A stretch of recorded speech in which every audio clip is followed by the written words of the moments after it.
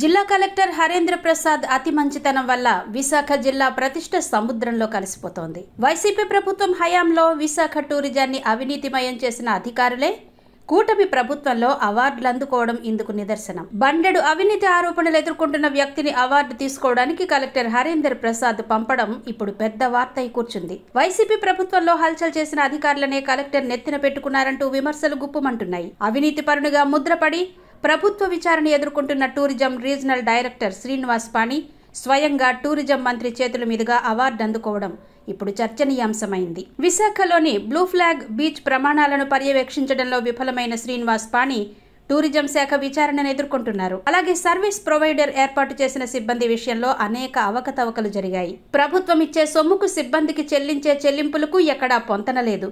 దీనికి తోడు ఋషికొండ బీచ్ లో పరిశుభ్రత కొరవడడానికి కూడా శ్రీనివాస్ పాణి బాధ్యులు. ఈ విషయంలో శ్రీనివాస్ పాణి విచారణను ఎదుర్కొంటున్నారు. శ్రీనివాస్ పాణిపై అవినీతి ఆరోపణలు బలంగా ఉన్నప్పటికీ కలెక్టర్ మాత్రం ఈ అధికారికే ప్రాధాన్యతనివ్వడం పట్ల అనేక అనుమానాలు వ్యక్తమవుతున్నాయి. సాధారణంగా ఆరోపణలు ఎదుర్కొంటున్న అధికారిని ప్రభుత్వ అవార్డులు స్వీకరించేందుకు పంపరు. అలాంటిది బ్లూ ఫ్లాగ్ బీచ్ అవార్డును టూరిజం మంత్రి నుంచి అందుకోవడానికి ఈ అవినీతి అధికారినే కలెక్టర్ ఎంపిక చేశారు. ఈ ప్రశ్న ఇప్పుడు టూరిజం వర్గాల్లో వినిపిస్తోంది.